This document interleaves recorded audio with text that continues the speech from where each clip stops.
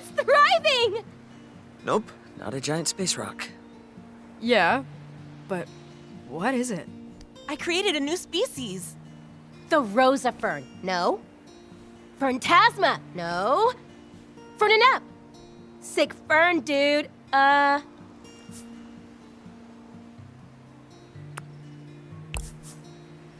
Feel the fern. Fernando? Yes! Living fern! Copernicus. Phenomenon. Weird fern. I know. It's not for looks, but just to show colleges that I know about grafting and interspecies selective cell regeneration. We learned about this because I was looking into plants from Mango's tank. See? This part down here is the rootstock, and this is the scion. This particular rootstock is famously resistant to velvet worms who will, ordinarily, eat the shit out of almost any plant like the adorable monsters they are. So, take that rootstock and add a vulnerable planty scion, and boom! Bug-proof leaves, baby!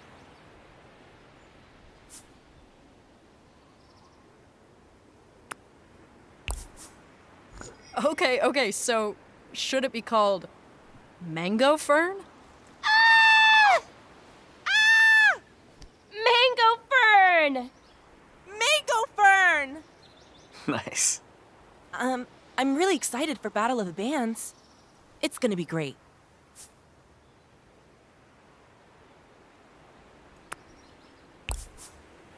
Oh yeah, Me too, and LNL tonight, right? What are we gonna do about Kev? I guess I'll just have to marry him. Never. Officiating an LNL wedding would be cool, but Kef would still totally kill you. My guitar! Oh, I left it in the music room. See you tonight. Yeah, I'm gonna go too. That plant thing is freaking me out.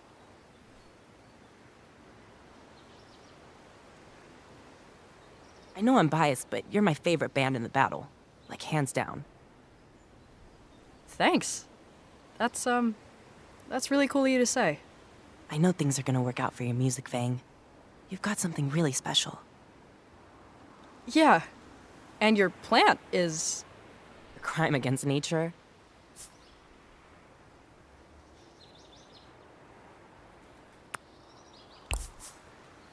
I mean, completely. But...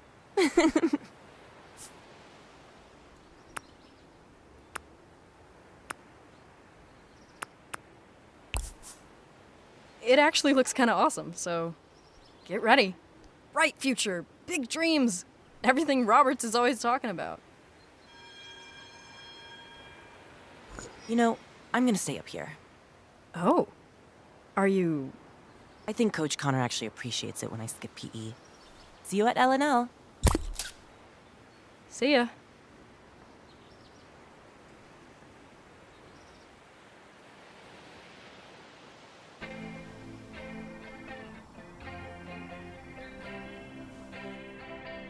Hey, what did I miss?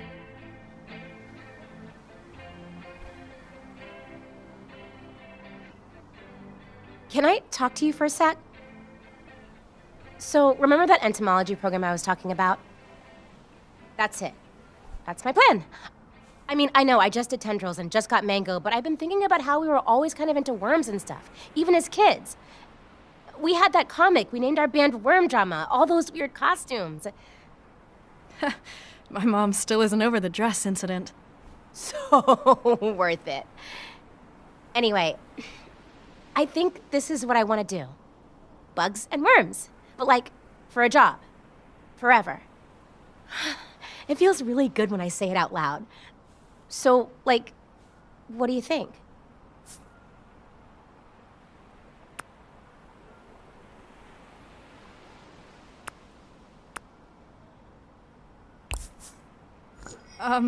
Yeah, you seem really happy about it, so that's great.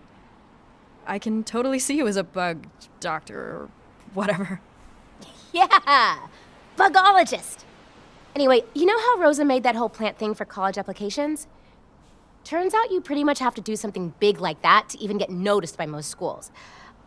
I'm working on this way to restore velvet worm habitats by turning trash into food for them, but it's gonna take a lot of hours with Mango and about a dozen different types of compost heaps to check all the variables and allow time for propagation, and I think I need a break from the band for a while. The Battle of the Bands is gonna be my last show.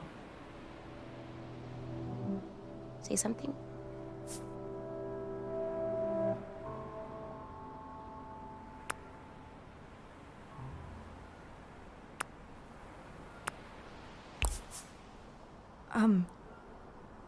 Just. You will not. Kef is mine. Maybe we can share him? You guys, he's evil. Adventurers, this way, this way. So you're just done? For now. For now. I just want to focus on my future. Well, what about our future? Oi! Ollie! You ready to conquer this quest? Hell yes! I'm ready to kick some Brax's butt!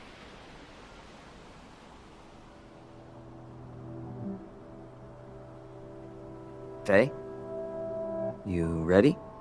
Join us, Dark One! Yeah. Okay. Let's play.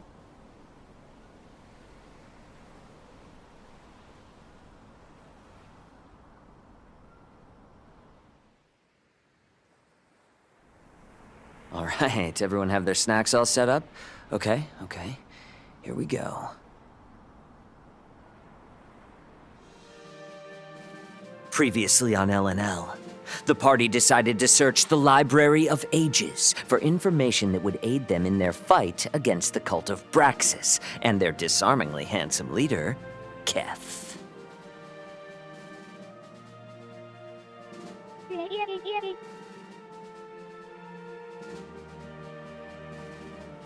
You all came across the Eternal Nautilus.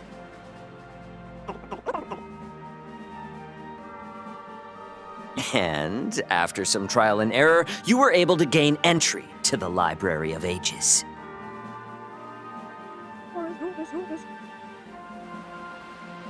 Inside, you battled a magical book. Jeff found the Necronomicon. And with the help of Dewey, you uncovered the locations of the Blightbane Axe and the temple in the Ocean of Sand.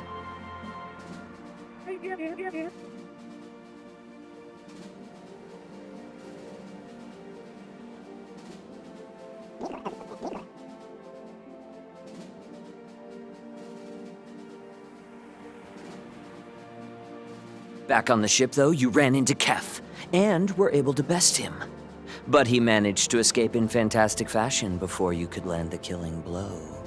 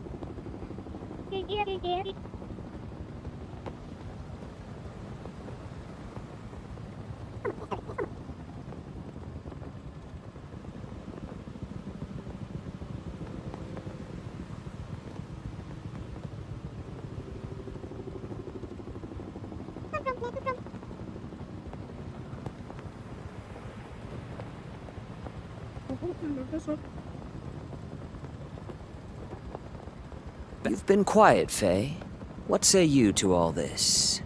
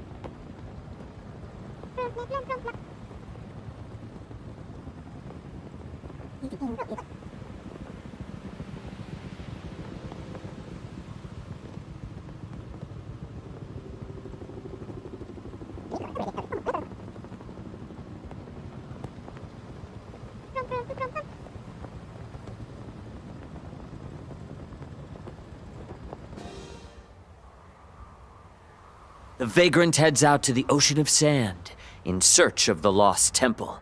The trek will be long and arduous.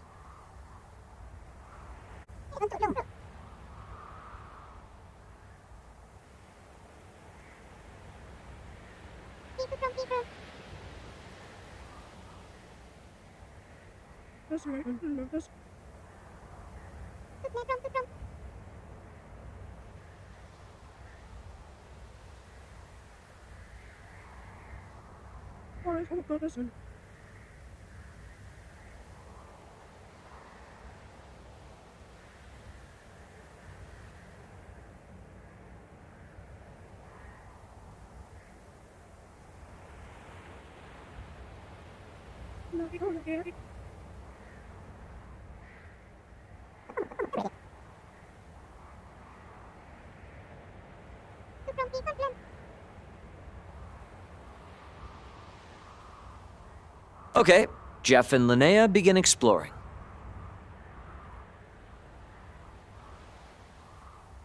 Linnea, with your excellent search skill, you notice a small glow coming off a rock.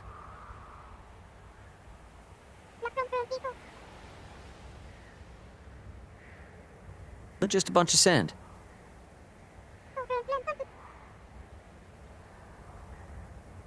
There are some small runes giving off this glow.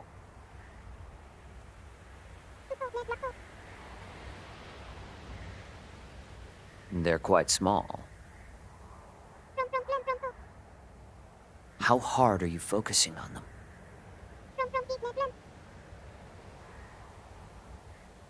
And what languages do you know?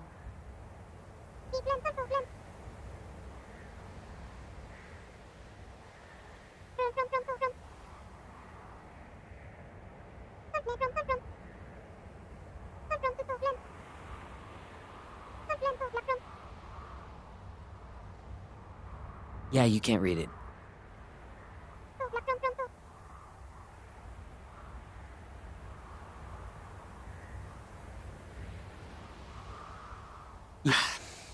Fine, you can read it.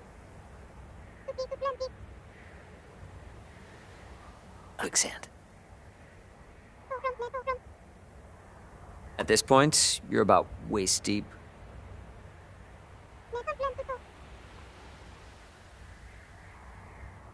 Everyone rushes over.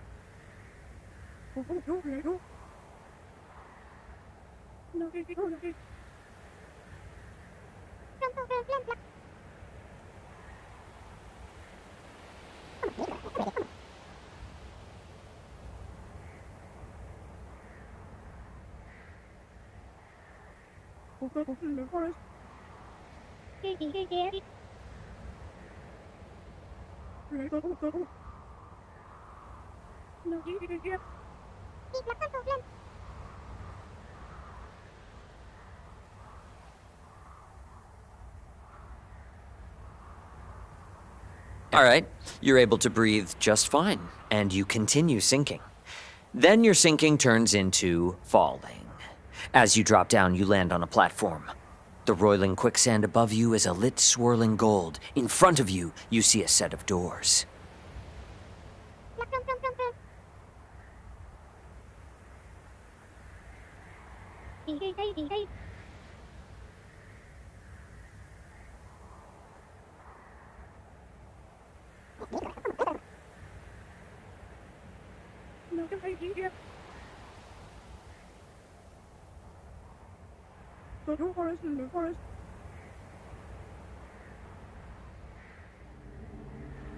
The ceiling of the temple is made of glowing sand, which casts golden light over everything.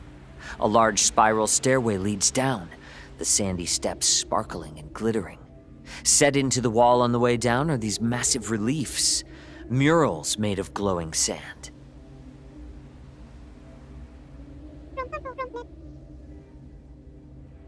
The murals are inlaid with the lightning-touched glass that reflects and changes color. Each mural depicts a figure. One figure is clad in dark robes, and their hands come together at their stomach, holding a crystal ball. Another figure stands tall, their arms outstretched, a spear laid across their palms held upwards to the heavens. The final figure sits cross-legged, and above their head a pale sword hangs, defying gravity, pointing down at their skull. As you pass through the threshold, you enter a large open space. The room itself looks to be 2 stories tall, with 4 columns distributed around the space. The perimeter of the hall is a curtain of slowly shifting sand.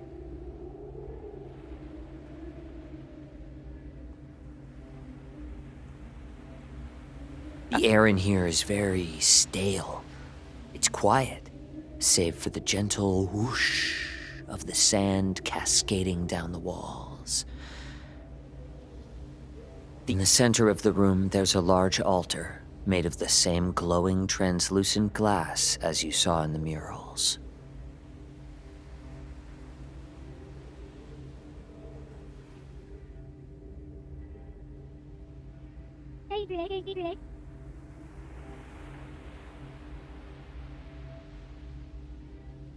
As you draw closer, you see... let me just find what I wrote.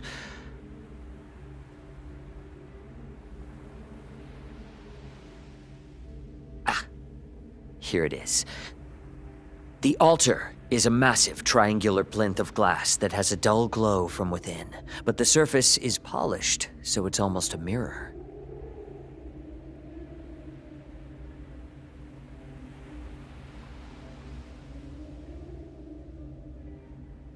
On each of 3 sides is an intricately carved image, and lying on top is an ancient skeleton wearing a gleaming set of polished plate armor. One of the skeleton's arms is outstretched toward the ceiling. In the other is a large sword. There are scorch marks under the skeleton.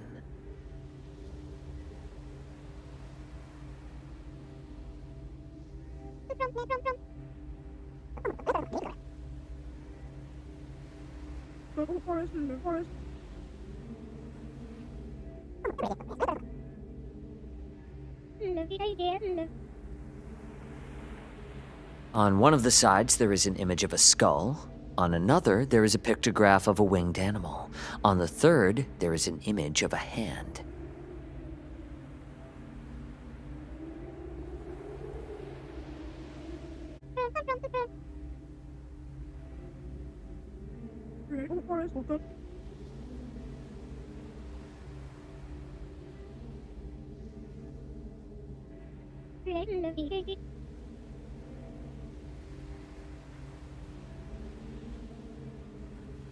Do you place your hand in the sand?